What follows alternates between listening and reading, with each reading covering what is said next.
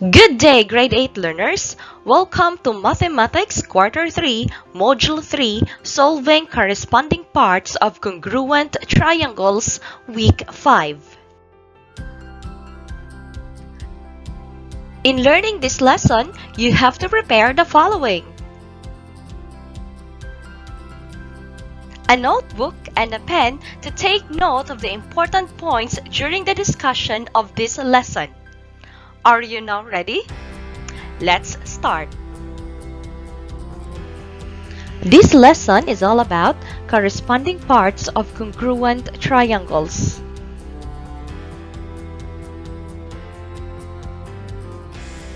And these are the things that you need to know. At the end of the lesson, you are expected to recall the triangle congruence postulates, identify the corresponding parts of congruent triangles, and solve for the corresponding parts of congruent triangles.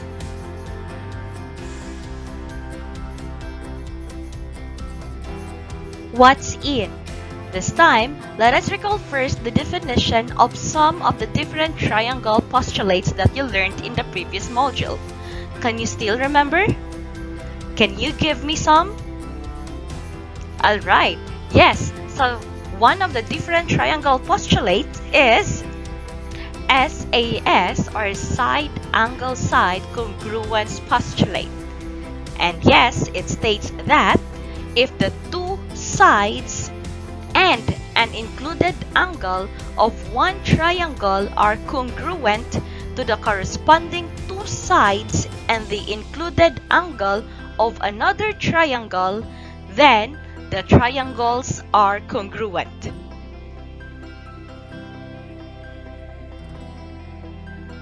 Can you give me an example showing side angle side congruence postulate? Think of it. Alright, so I'll give you one. So we have here triangle MPN and triangle RSQ. And if segment MP is congruent to segment RS, and then angle P is congruent to angle S, and segment PN is congruent to segment SQ, then the triangle MPN is congruent to triangle RSQ by the side angle side congruence postulate. Because as you can see, the angle is between two sides. So this triangle MPN, the angle P is between segment MP and segment PN. And for this another triangle RSQ, the angle S is between the segment RS and segment SQ. I know you get it. Now, can you give me another triangle congruence postulate that you have learned in the previous module? Think of it. Yes, we also have the ASA, or the angle side angle congruence postulate. And it states that if two angles and the included side of one triangle are congruent to the corresponding two angles and included side of another triangle, then the triangles are congruent. Can you give me an example?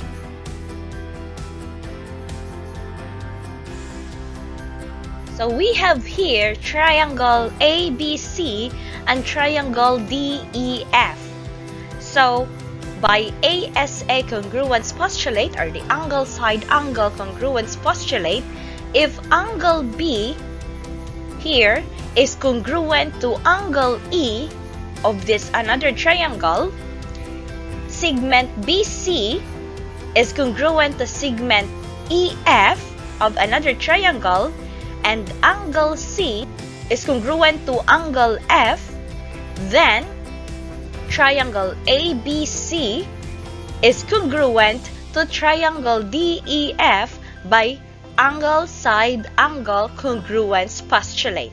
So as you can see, with this triangle postulate, one side is in between of two angles. So that's why it is congruent by ASA congruence postulate. And now we're down to the last triangle congruence postulate that we're going to review. Can you tell me what is that congruence postulate? It starts with letter S.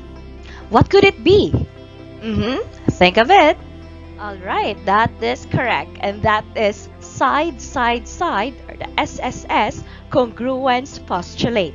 It states that if the three sides of one triangle are congruent to the three sides of another triangle, then the triangles are congruent. Would you like to have an example? Here's the example showing the side, side, side congruence postulate. We have here triangle ABC for the first triangle, and we have triangle DEF for the second triangle. So, by the definition of the SSS congruence postulate, if segment AB is congruent to segment DE, and segment AC is congruent to segment DF, and segment BC is congruent to segment EF, then triangle ABC is congruent to triangle DEF by SSS congruence postulate, because each side is congruent to the side of the other triangle. So I hope you were able to refresh your mind about the different triangle congruence postulate. Just take note of the concept, as you will be able to apply it as we move on in this lesson. Are you now ready to learn new lesson? Alright, so let's learn the lesson together. What's new? So to understand our new lesson, let's try to have this activity first. So we have here step 1. Look for any parallelogram shaped furniture or object in your house. It could be your table, a picture frame, or any. But I suggest you can just have the object which is handy, like picture frame or a piece of paper. It could be. So I'm giving you time to look for this parallelogram shaped furniture or object in your house. Alright? Alright, so I believe you already have the parallelogram shaped furniture or object which you can find in your house. And so, let's now proceed to the next step that you are going to do. The next thing that you're going to do is to use a ruler and create an imaginary diagonal line from the vertex of the side of the furniture or object going to the opposite side's vertex. So you are expected to follow this shape. So we have here this parallelogram shape, and we can label it as parallelogram A, B, C, D. And take note that you have to use your ruler. And all you have to do is just to create an imaginary diagonal line from the vertex or from any vertex of the side of the furniture that you have or the object. So let's have, for example, vertex A. So from vertex A, you're going to create a diagonal going to vertex C. Or you can have the other way around, which is, for example, so from vertex B going to vertex D. So a diagonal line. Alright? So I hope you are following. Were you able to do it? Now let's proceed to the next step. So after creating the imaginary diagonal line from one vertex of the parallelogram, let's have, for example, vertex A going to the opposite vertex of the shape, then you will be able to create two triangles. And based on the shape created, we are going to label the two triangles. So we can have here the first triangle as triangle ABC, and the second triangle is triangle CDA. So after labeling the two triangles, then measure the sides of the two triangles and answer the following questions. And here are the questions. The first question is, what is the measurement of the following sides? So we have here segment AB, segment DC, segment BD, segment CA, and segment AD. The second question is, do they have the same measurement? So why do you say so? And the last question is triangle ABC congruent to triangle CDA? Why do you say so?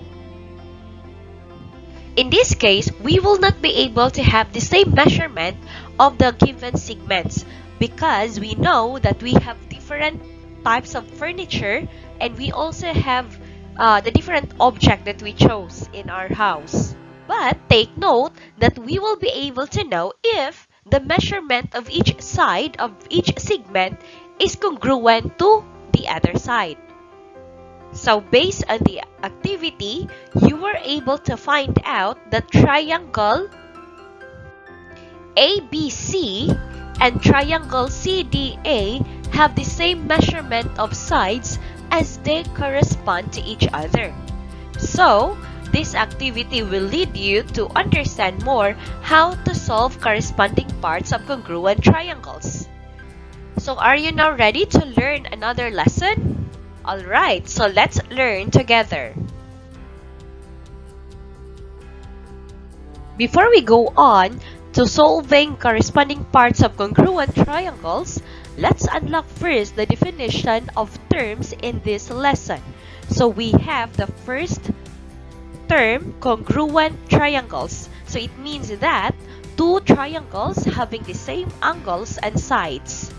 The second one is corresponding parts. It means that parts that match between two congruent triangles.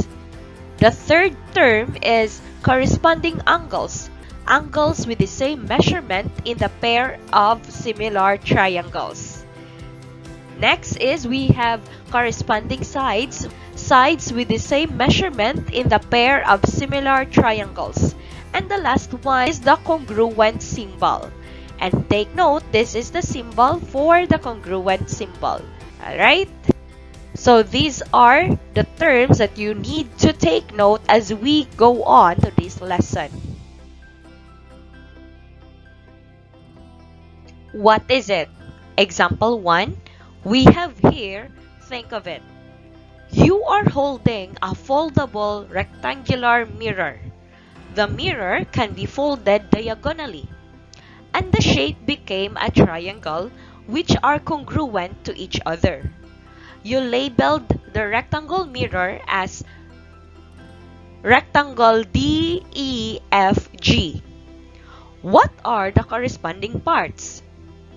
If segment DE measures 8 inches and segment DG measures 3 inches, what are the measurement of their corresponding parts? If angle E measures 90 degrees, what are the measurement of the corresponding angle? So how are we going to answer it? So let's find out in the next slide.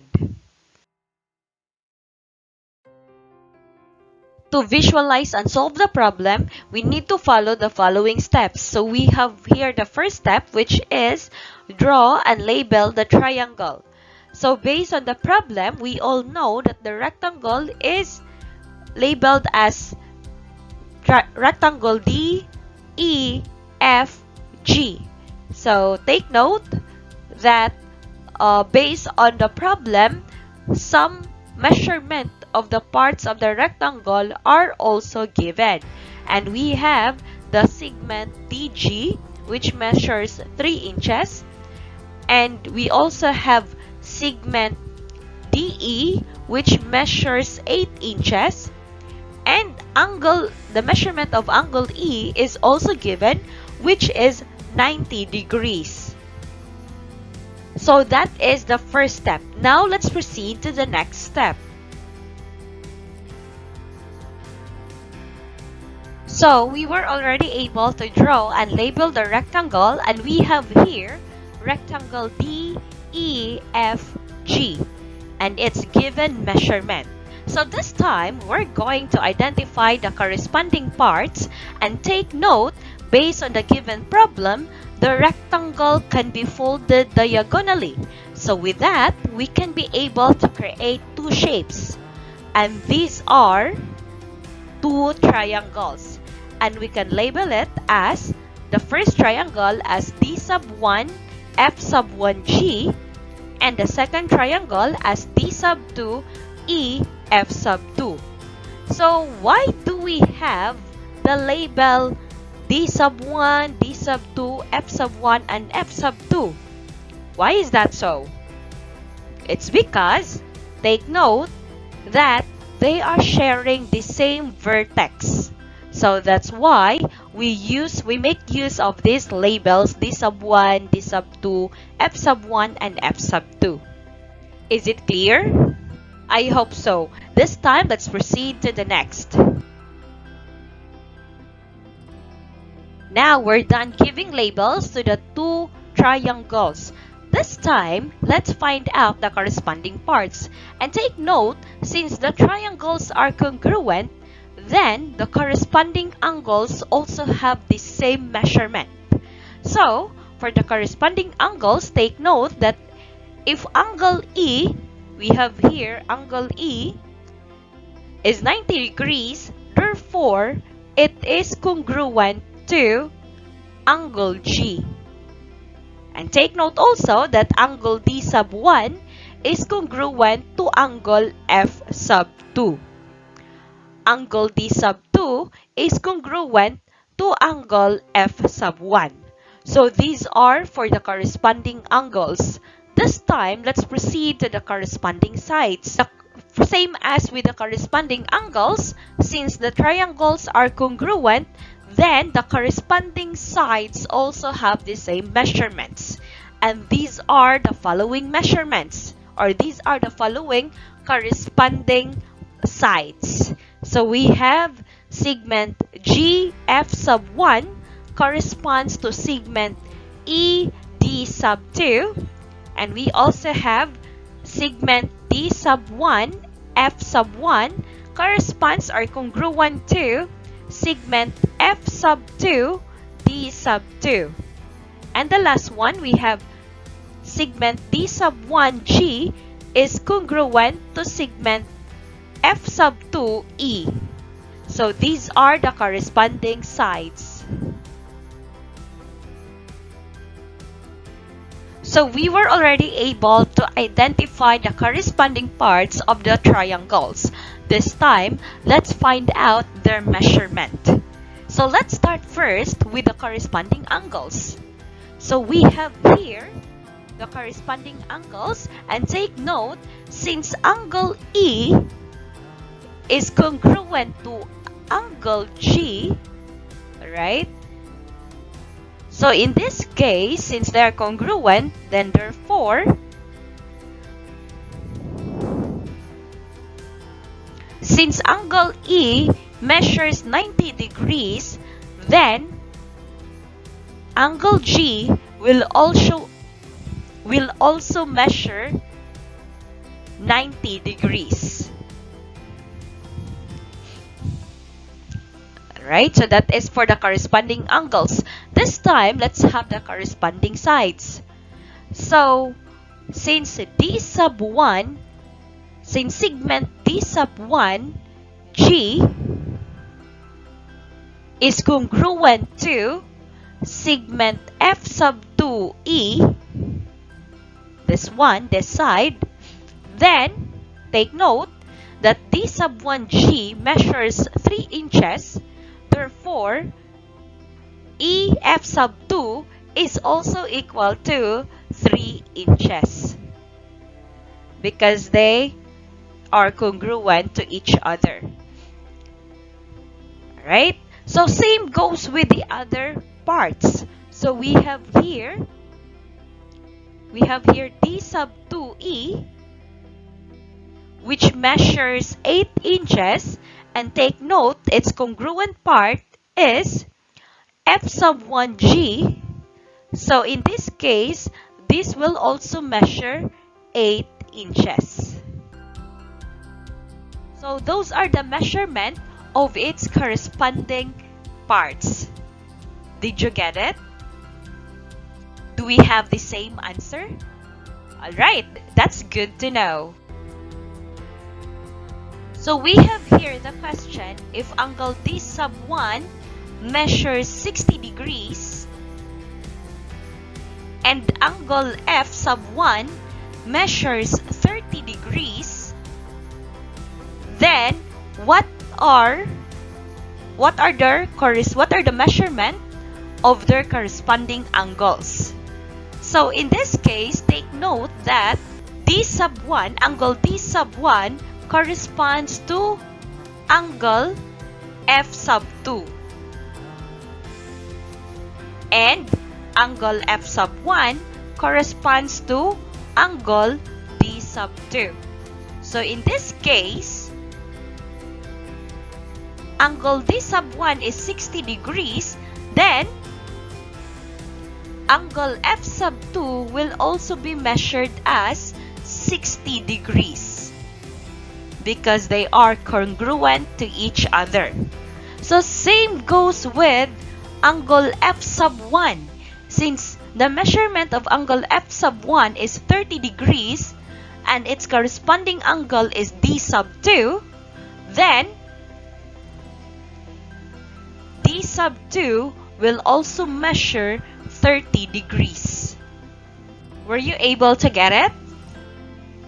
Yes, I believe so. So would you like to have another example? Right, so let's have another example. Now let's proceed. Now let's have example 2. We have here triangle CAT is congruent to triangle PEW. Identify the corresponding parts and find the value of the variables A, B, and C. So we have here the first triangle CAT, and segment CA is equal to A plus 5, segment AT is equal to C minus 4, and segment CT is equal to 7. So for the second triangle, which is triangle PEW, we have here the measurement for segment PE, which is equal to 13, segment EW, which is equal to 6, and segment PW, which is B minus 2. So we're going to identify the corresponding parts and of course get the measurement and finding the value of A, B, and C. Are you now ready? So we're going to follow the steps that we have done in example 1. And now let's have the corresponding parts of the two triangles. So let's start first with the corresponding sides. So we have here segment CA is congruent to segment PE. Segment AT is congruent to segment EW. And segment CT is congruent to segment PW. So how did I know the corresponding sides?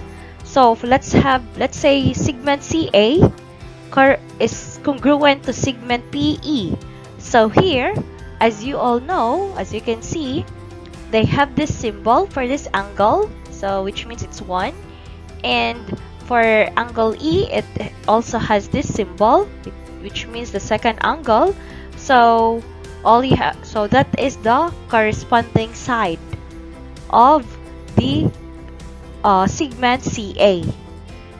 Now let's proceed to the corresponding angles. So we have here two ways in writing the corresponding angles. It could be the one letter angle or the three letters, in which the middle letter is the angle that you are talking about.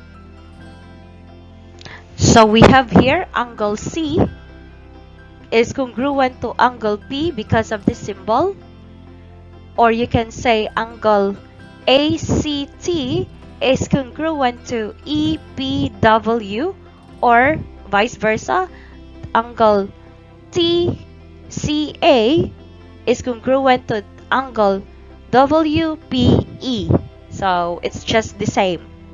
The second angle is angle A is congruent to angle E, or you can say angle CAT is congruent to angle PEW. So, and the last angle is angle T is congruent to angle W, or you can say angle CTA is congruent to angle PWE. So take note, it's just easy to know the corresponding sides and angles because of these symbols or indicators. So these are indicators that they have a corresponding side or angle. So we already know the corresponding parts of these two triangles, and this time we're going to find the measurement or the value of A, B, and C. Are you now ready? Let's get it on. Now, let's solve for the value of A, B, and C. So let's start first with the value of A. Since segment PE, we have here segment PE and segment CA are congruent to each other, and we know that the value of PE is equal to 13, and CA, its value is A plus 5, we can write the solution as A plus 5 is equal to 13. So we have here CA is equal to PE.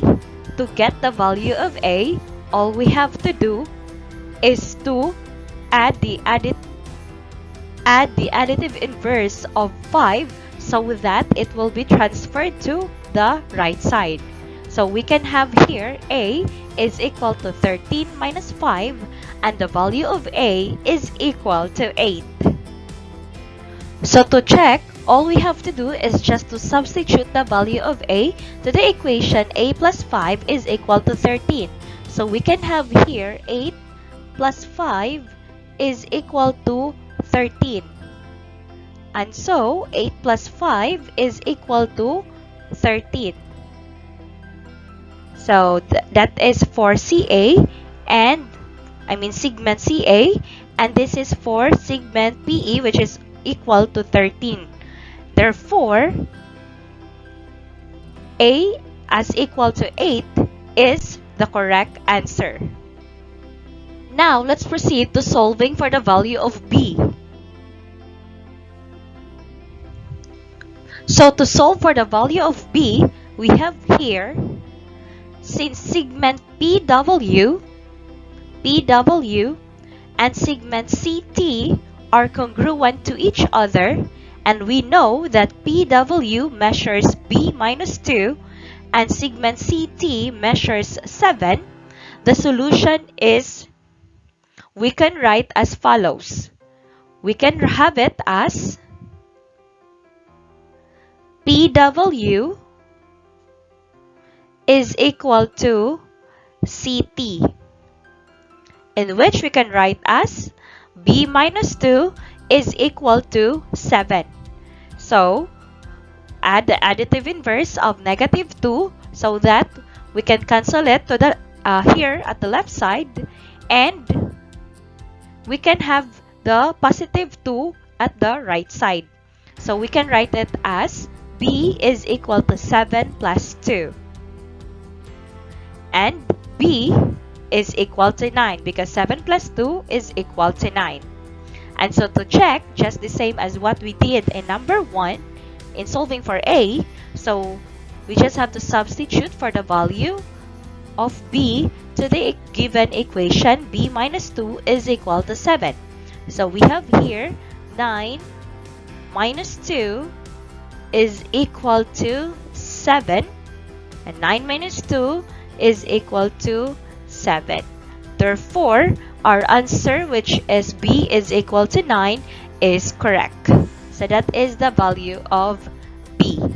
And now let's have the last variable, which is C. Let's find the value of it. Right. So we already know the value of A and the value of B. This time, let's find out the value of C. So based on our solution for in finding the value of A and B, let's try to solve it on your own. So come to think of it. So we are going to solve for the value of C, in which it is segment AT. And what is the corresponding side of segment AT? Alright, yes, so the corresponding side of segment AT is segment EW. Alright, and you know that the value of segment AT is equal to C minus 4, and the value of segment EW is equal to 6. So what could be the solution? Think. Alright, so just what we did in finding the value of A and B, we're just going to follow the same procedure. What is it? Alright, so we can just write, since we are finding the value of C, we will have here AT is equal to EW, since they are congruent to each other. That's why we use equal sign. And so, yes, we have to. Alright, so substitute the value of AT, which is C minus 4, and the value of EW, which is? Right, it's 6. So this time, applying your knowledge about the additive inverse, so we can have here C is equal to, alright, so we have here once again, C minus 4 is equal to 6, as the value of AT is equal to EW, and we have C, we can write it as C is equal to 6 plus 4. You applied your knowledge with you applied your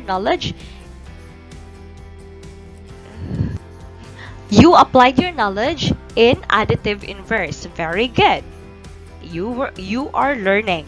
So C is equal to 6 plus 4. So the value of C is therefore is equal to 10, because 6 plus 4 is right equals to 10. This time, let's check the answer if it is correct. How are we going again to check the answer?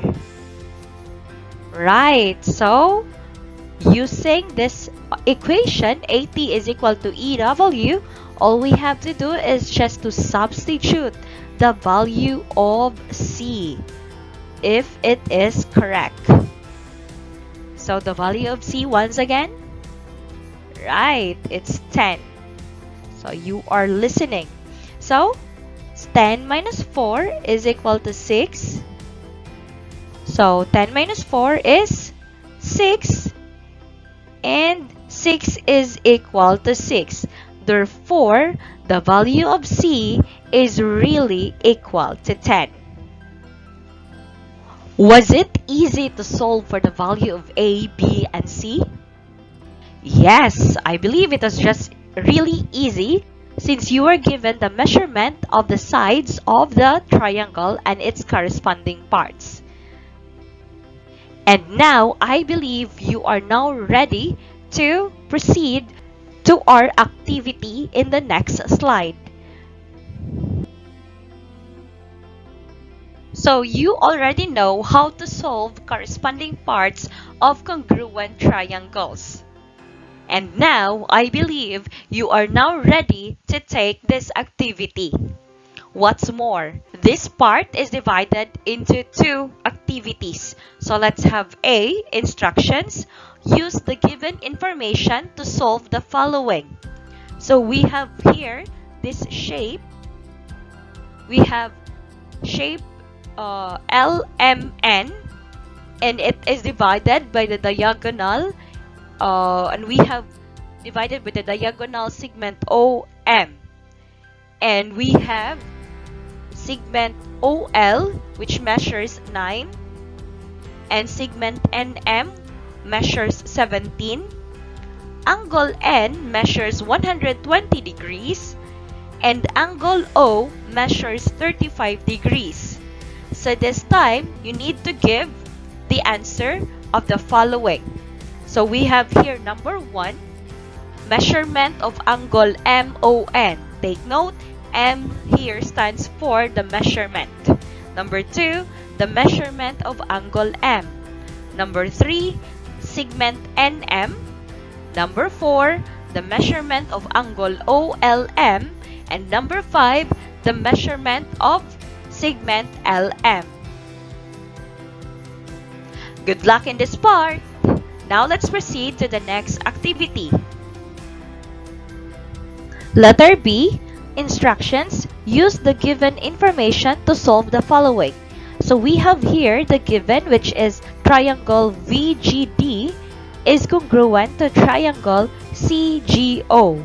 So find the value of number 1 is X, number 2, the measurement of angle O, and number 3, the measurement of angle V. So good luck in answering these activities. After answering these activities, you can check your answer by turning to the last page of your module to check the answer using the answer key provided for this activity. So just be honest in answering this activity, alright? Great job in answering the activities in the what's more part.